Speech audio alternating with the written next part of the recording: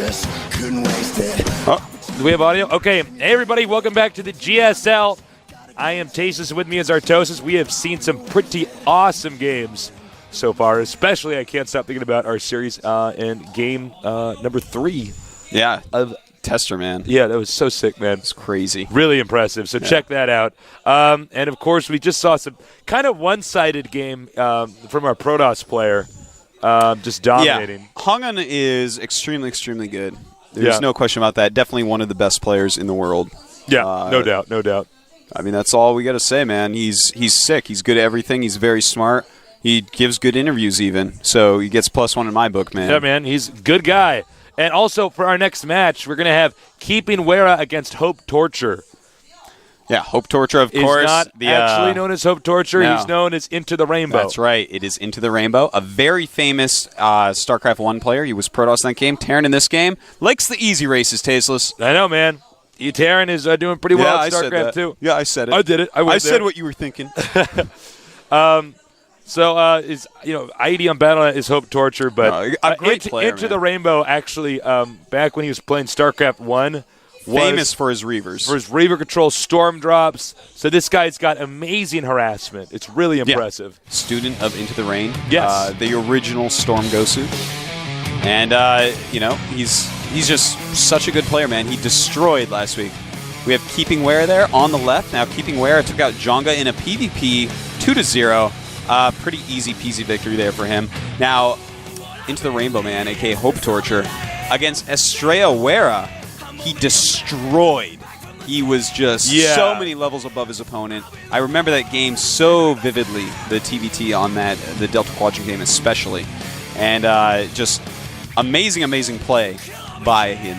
He's so good at Terran, man. He might get so far in the tournament. A lot of people are not really thinking about him, I think, as one of the top players, but he definitely is. He was a top StarCraft 1 player who plays a lot of StarCraft 2. Signed up. Yeah. And he's almost like a dark horse player because we know that he's been a top, had some major success. He's one of the most well-known Protoss players of all time in StarCraft 1. And he might very well win this tournament. I mean, he actually could. We just don't know. We don't see him play a lot. We didn't even know it was HopeTorture. It was Into the Rainbow until he got to the studio. Yeah, no, I wasn't aware he had changed his Into ID. the Rainbows? I didn't know that. They didn't tell me that. So it's kind of exciting. Yeah. And it's kind of interesting. I've been talking with a lot of people about, hey, who do you think's going to win? Who do you think's going to win? And during the current, what's going on in StarCraft 2, it feels like maybe Tester, maybe Hungan Prime has a chance, or maybe a really good Terran player. Yeah. These are the people that we're really starting to look. We're getting into the top 16 pretty soon here. Who's going to actually take this home? It feels like it's going to be one of those two groups. One of these top 2-3 Protoss players, or maybe a top Terran. Yeah. So, this very well may be the guy. Yeah, this may be our future champion. It could be. I mean, I'm really excited. He could very well get to the Final Four at least. Yeah, I could see him getting so far, man. We also we don't know how much he's been training. Obviously, he was training a lot before. Yeah. He was a member of OGS for quite some time, I believe. Briefly, yeah. I believe. Yeah. But nowadays, I think he's probably still training quite a bit. He's getting so deep into the tournament that actually it's worth so much money to train. If he wins today, his prize pool goes up like 4 times. Like he wins 4 times as much money. Yeah. What is the prize pool for this now? Well, if you make it to the round of it's 2,000. Round of 64 is like 300, and then it goes 500, and then it goes 2,000, and then it just starts jumping insanely. Here's our map lineup: Metalopolis, Kulas Ravine, and Zelnaga Caverns. The maps we are not going to use are Scrap Station and Steppes of Ore. And, of course, Blistering Sands and Desert Oasis. Interesting, we get to see a Kulas Ravine game in Game 2. So we are definitely going to be casting a Kulas Ravine game today. I know. That's always It's a rare exciting. thing when we get to cast Kulas Ravine. I mean, I hate playing on it, but I really like to watch it. Well, it's like Desert Oasis. Like I don't like playing on Desert Oasis because I have to have a completely different strategy, but... It's Kulas Ravine, though. It is like a 4-player LAN map. Yeah. I kind of liken it to watching, UFC or something. Like, I want to watch people beat each other up, but I don't want to fight anyone. The game is beginning now. Let's get this going.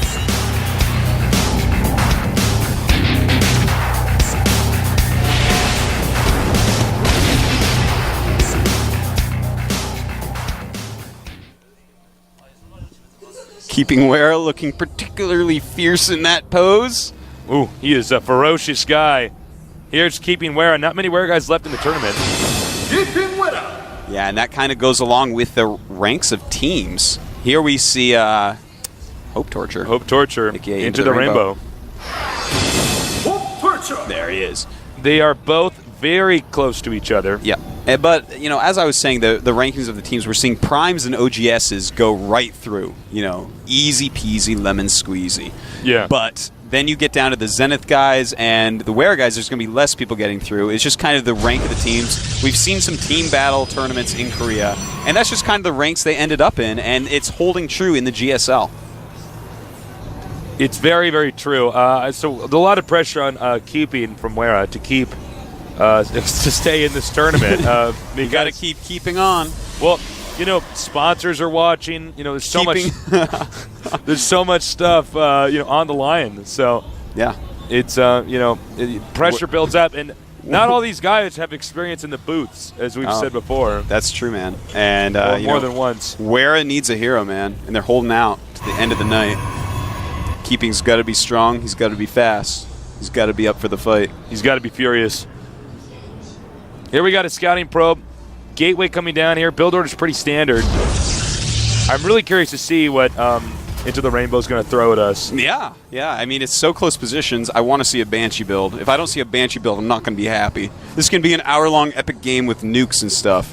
But if I don't see a Banshee build in these spots, I'm not going to go home happy. They are a very exciting unit, actually, to cast. By the way, he is checking to see if there's a proxy. So he's just looking around. And again, some of these things that are really exciting to watch, not so exciting to play against, unless excitement is just defined by raised heartbeat. We got an orbital command on the way here. And checking out that base. Nothing there. Got to keep going. And everything, of course, going to be standard for a bit here. You know, Terran is actually the one race that you can really see early what they are up to. You're like, okay. Yeah, once you start seeing the add-ons come out here and they start moving stuff around. That's when it gets exciting. We do have a tech lab going up. Terran still has not found out that his opponent is up here. Well, now he knows because of the process of elimination, but he hasn't seen the tech route. Stalker's being charged out here. And as Artosis wisely said, a tech lab is up, and we have a second barracks. There you go. Looks like Stim also being researched. So we're definitely going to see some early game aggression here by HopeTorture, a.k.a. Into the Rainbow. By the way, guys, we hope you think the observing has improved. I have been taking lessons from the master observer, the Korean observer. That's right. And they ain't cheap, man. Ain't cheap, dude. He's just paying $300 an hour for lessons on how to observe.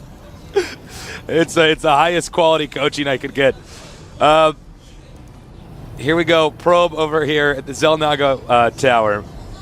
So Protoss has control of, you know, this region intel-wise. There's a Marauder out, and he's upgrading Stim. So I think we're actually going to see some kind of really aggressive play here. Ooh, and a second geyser going up. This is really, really interesting here. I think I'm going to see Banshee play. And look at that, an expansion going up. This may not be good for Keeping Wera. A lot of units with Stim are going to come down there and rain on his parade. And the Stim Marauders are pretty damn scary. You know, you can see Protoss is actually in defensive position. He's actually even keeping the sentries and the stalkers on the high ground. So the question is, should Terran attack while the Nexus is make him cancel it, or should he let it finish and destroy it? Very high-level decision, but looks like he wants to make a move now before Protoss gets too many units off. And will he have to cancel? I think so. Stim, about to be done. Concussive grenades are next. Is he going to let it finish? Looks like he might actually let it finish. Oh, this is a bad move. Why are you moving out? Okay, I did not like that whatsoever. Yeah, that actually was kind of nonsensical. Yeah, actually, you know, if Stim was done there, the game may end. The Nexus is close. Terran's engaging, and he cancels it. Yeah. And now he's down 2 force fields. Yeah. And be very careful. Oh, see, that was premature. Yeah, he should. What you want to do if you guys want to learn some stuff at home, force field when they're halfway up the ramp so that some of their units are stuck up here and then the rest are stuck down here, and then you can pick off those units. You know, it shows a lot about someone's confidence and cool and collection on when they actually choose to throw on that force field, man. It's like the point defense drone. Yeah. You got it's a powerful ability, but you got to use it just right. And these are serious things that are happening to players, man. PPDD and PFF. Yeah. You're my BFF. Oh, thanks.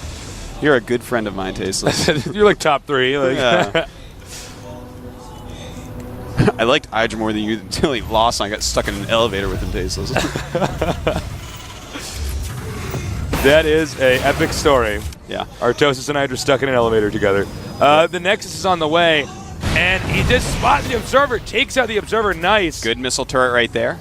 But the missile turret has seen what is going on in this space, and what is going on here is kind of an all-in. We see, there's 3 barracks, 1 with reactor, 2 with tech labs, and it looks like he's actually going to go for a lot of medevacs. The starport is going to switch over to the reactor. So, kind of interesting here. I think we might see just a huge drop, and although it's not Banshee play, he's going to abuse the close air distances, at least, I think. Yeah. So, I mean, I can go home kind of happy, I guess. Yeah, it's not bad. He is supply blocked. Actually, that's kind of a surprise. Coming from somebody as talented as Into the Rainbow.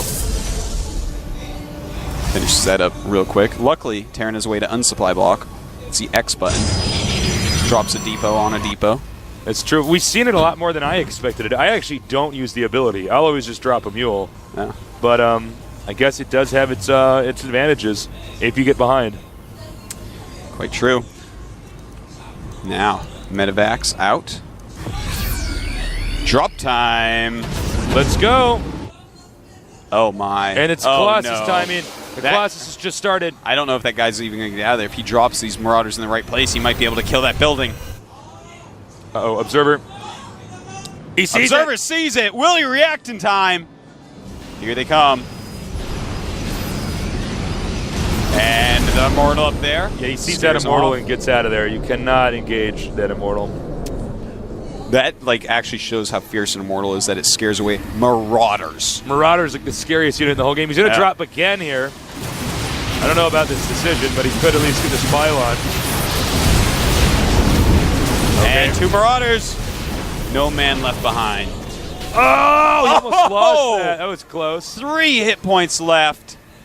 Oh my, our poor Porotos player can't be happy with that. But look at this, a lot of Marines and Marauders coming up to the front of the base. Now he does see it with this probe over here. Yeah, that's quite true. And, oh, Colossus out. Gonna totally help him out.